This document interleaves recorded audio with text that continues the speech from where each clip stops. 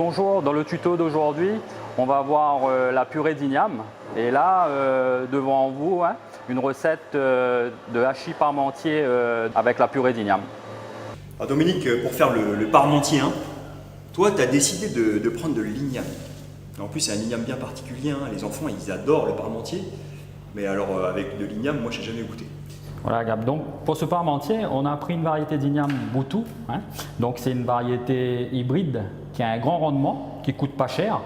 Donc nous on l'a pris brut, mais on peut l'avoir aussi en quatrième gamme, c'est-à-dire c'est fait par un labo agréé, c'est-à-dire épluché, coupé, sous vide. Donc c'est un produit finalement culturel d'ici, voilà, adapté au climat et en plus avec un prix très intéressant pour la restauration collective. Voilà, exactement. Okay. Et en plus avec de bons apports nutritionnels. Donc on va démarrer le lavage. Ouais, ok, ça marche.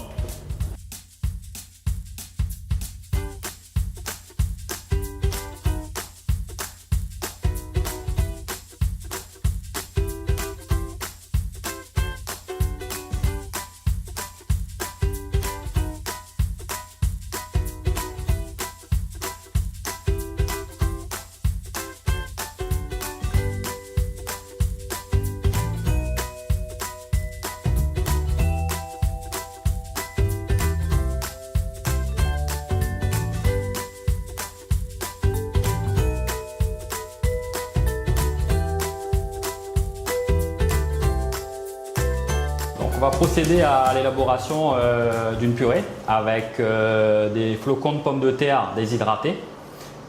Donc on a trois procédés de flocons de pommes de terre. On a les flocons qui ne sont pas complets comme mousseline. On a la purée fine complète ou alors celle-ci qui peut être utilisée à froid ou à chaud. Voilà. Donc cet élément, c'est un élément qui n'est pas bénéfique effectivement dans le cadre des recettes bénéfiques, mais il va permettre de baisser le coût matière en ajoutant un ingrédient bénéfique. Voilà.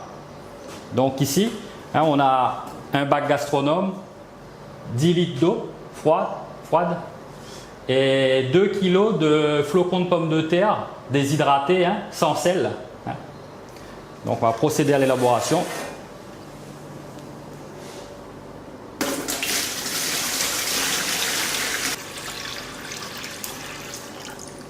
Et puis on va aller progressivement en fouettant. Cette préparation peut être faite à l'avance, comme c'est une préparation qui est faite à froid.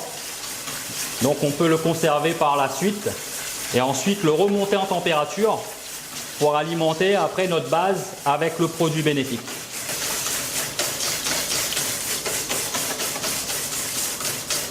Donc là, avec la quantité de purée qu'on va faire, on va pouvoir sortir environ 50 à 60 portions. Et là, bien sûr, je le fais à la main, mais dans un plus gros volume, on va pouvoir le faire dans un batteur adapté aux quantités du nombre de rationnés. Voilà, on va juste lisser un peu.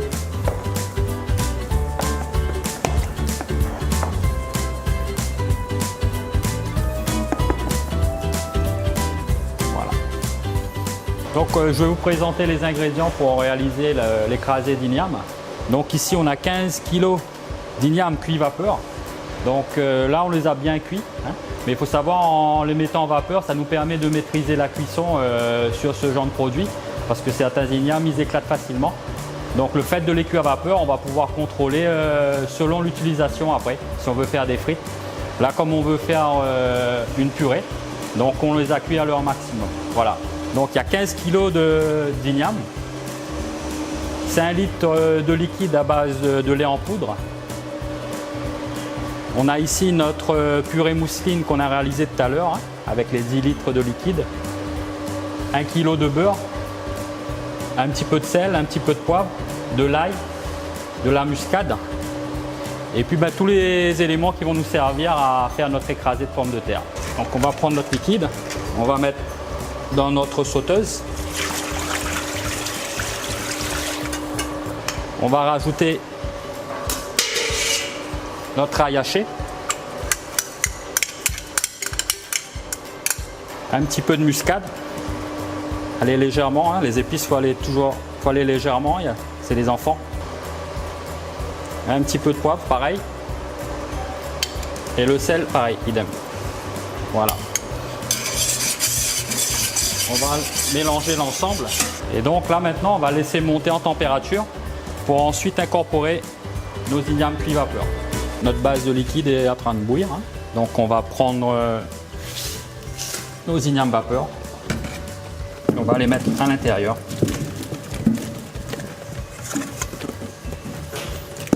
Et ensuite, on va écraser.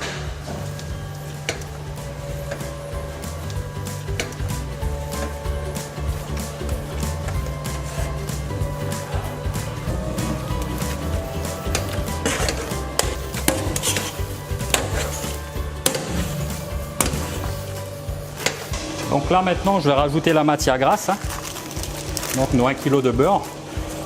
Le fait de rajouter du beurre, ça va ramener de l'onctuosité et c'est aussi un rehausseur de goût. Là, on va prendre le fouet, on va incorporer notre écrasé de l'igname.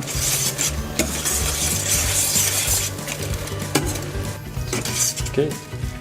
Donc voilà, là on a notre écrasé de purée d'igname. Utilisé de cette manière, ça serait pleinement bénéfique. Mais en restauration collective, comme nous, on a des coûts matières très bas.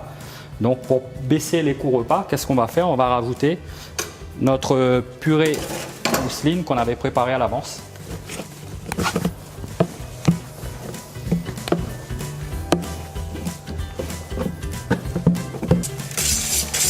Qui ensuite pourra être servi comme ça, comme accompagnement.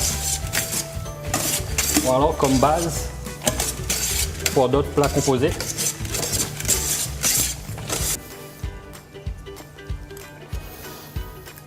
Voilà, la purée elle est bonne maintenant, on va pouvoir débarrasser.